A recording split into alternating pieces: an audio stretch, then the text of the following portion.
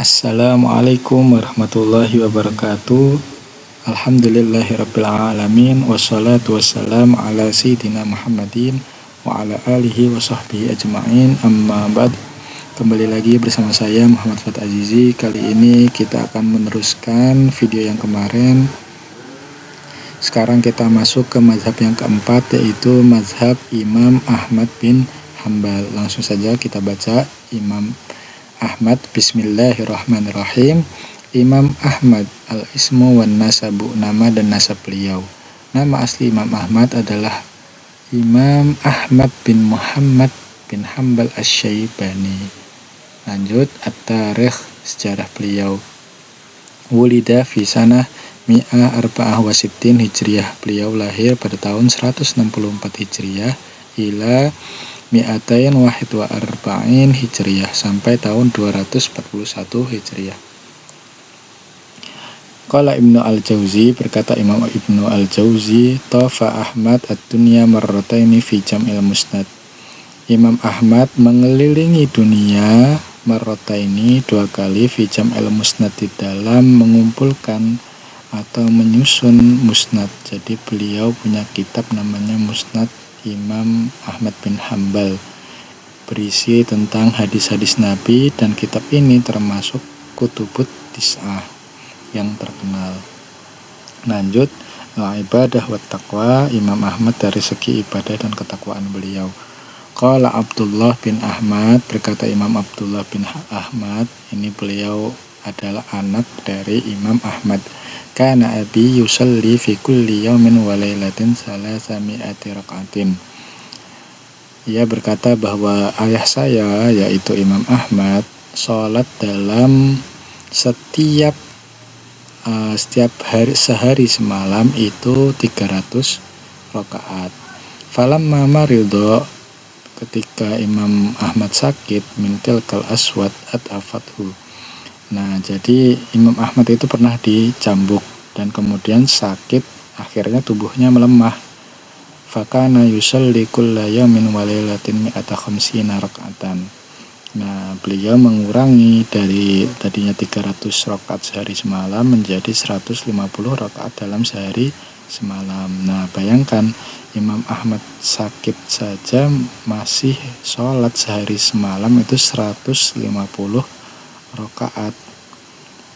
Nah, ini menunjukkan bahwa beliau orang yang ahli ibadah. Lanjut, yang kedua, qala Ahmad, berkata Imam Ahmad, ma katabtu hadisan illa wa qad amiltu bihi. Saya tidak menulis atau meriwayatkan suatu hadis kecuali telah mempraktekannya langsung, telah mengamalkannya langsung. Hatta marrabi anna Nabi sallallahu alaihi wasallam ihtajama wa a'ta Aba Tayyibah dinaron. Nah, sampai suatu ketika ada hadis tentang Nabi berbekam. Kemudian setelah Nabi bekam itu memberikan Aba Tayyibah 1 dinar.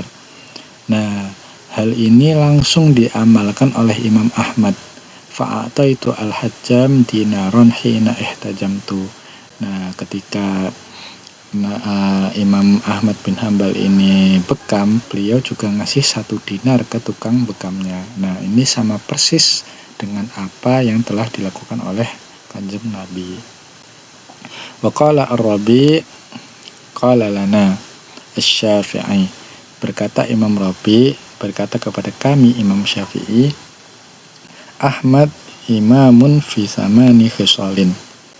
Imam Ahmad itu imam atau panutan di dalam 8 perkara.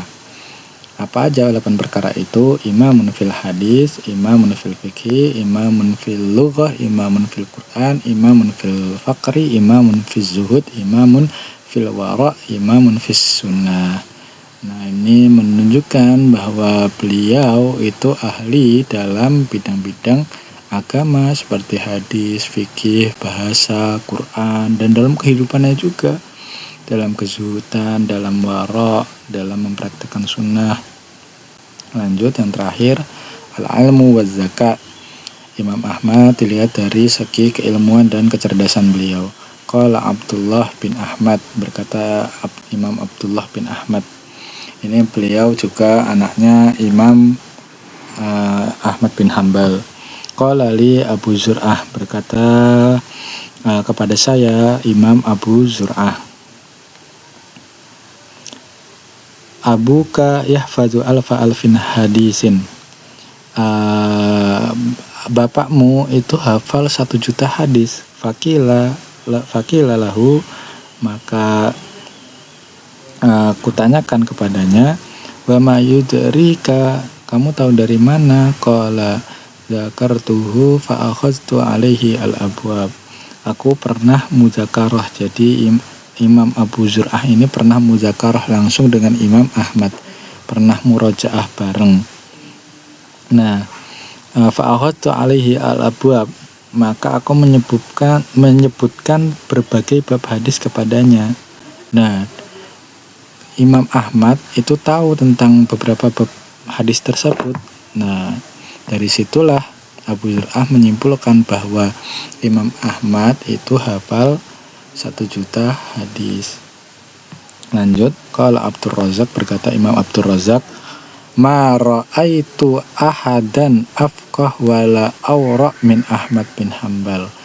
Berkata Imam Abdur Razak, saya tidak melihat seorang pun yang lebih afqah, yang lebih ahli fikih dan lebih wara' daripada Imam Ahmad bin Hambal. Lanjut, qala Asy-Syafi'i, kharajtu min Baghdad, saya keluar dari Baghdad, kan Imam Syafi'i pernah ke Baghdad.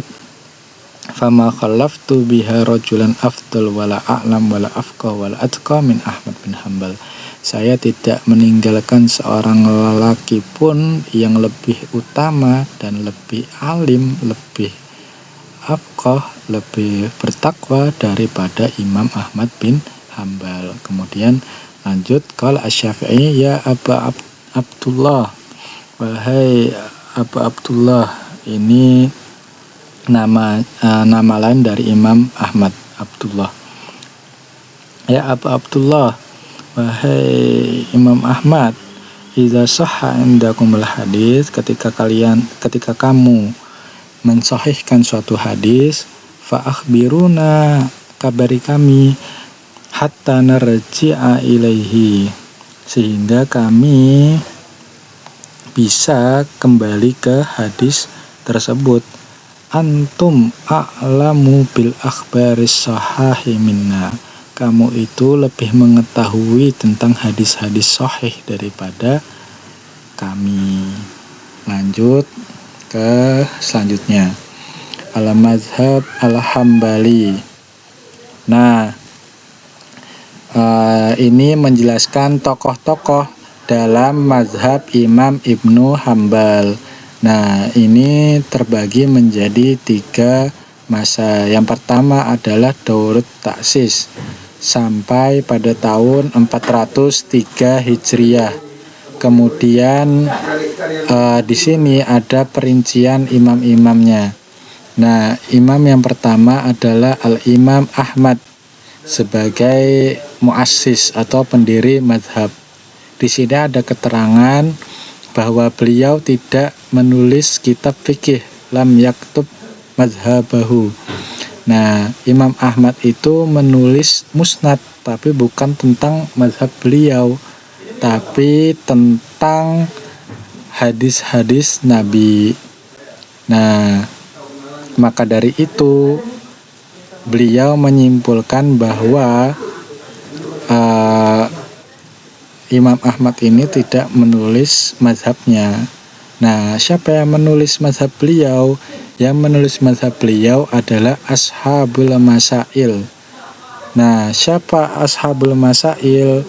Di sini dijelaskan Ashabul Masail itu ada Imam Abu Dawud, terus ada Ibnahu, anak-anak Imam Ahmad, kemudian ada Imam Al-Kausaj. Nah, mereka ini nanti akan bertanya kepada Imam Ahmad tentang suatu masalah, kemudian Imam Ahmad berfatwa. Nah, fatwa-fatwa tadi itu ditulis oleh Ashabul Masail. Nah, kemudian disusun dikumpulkan menjadi suatu kitab.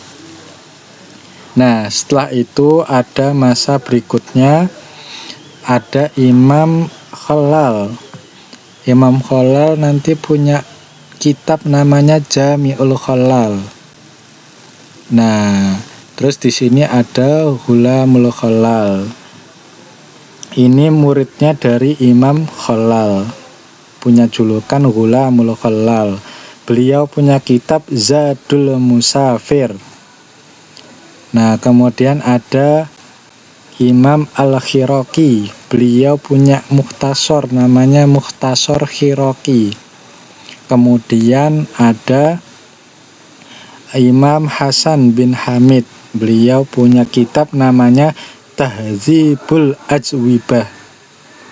Nah, ini ada tabel yang menunjukkan bahwa pendiri mazhab ini adalah Imam Ahmad. Kemudian An-Naqlu yang menukilnya itu ada Ashabul Masail. Tadi sudah dijelaskan siapa mereka, manhum.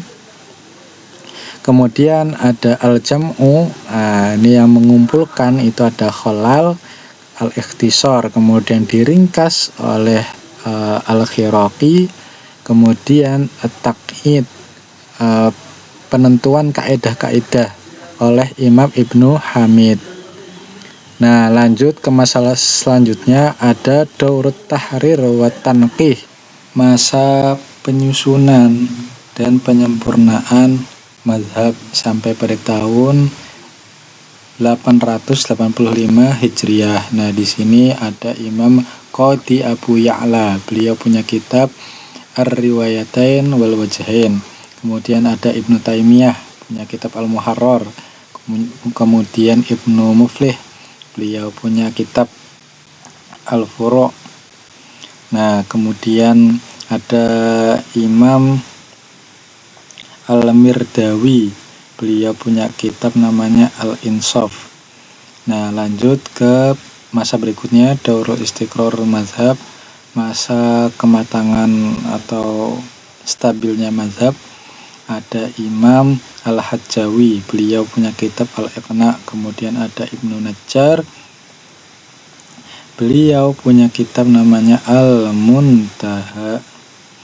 Nah, kemudian ada Mar'i Al-Karmi, beliau punya kitab Ghayatul Muntaha. Nah, kemudian ada Al-Buhuti, beliau punya kitab Kasyaful Qina'i. Nah, di sini disebutkan ya tadi ya, ini semua merupakan tokoh-tokoh terkenal, ulama-ulamanya mazhab Imam Hambal. Nah, ba'du hadhil asma yutlaqu ala aktsari min syakhsin mahya. Nah, dari beberapa nama tadi ada nama yang dipakai lebih dari satu orang. Nah, seperti yang telah disebutkan tadi. Nah, sekian dari saya. Assalamualaikum warahmatullahi wabarakatuh.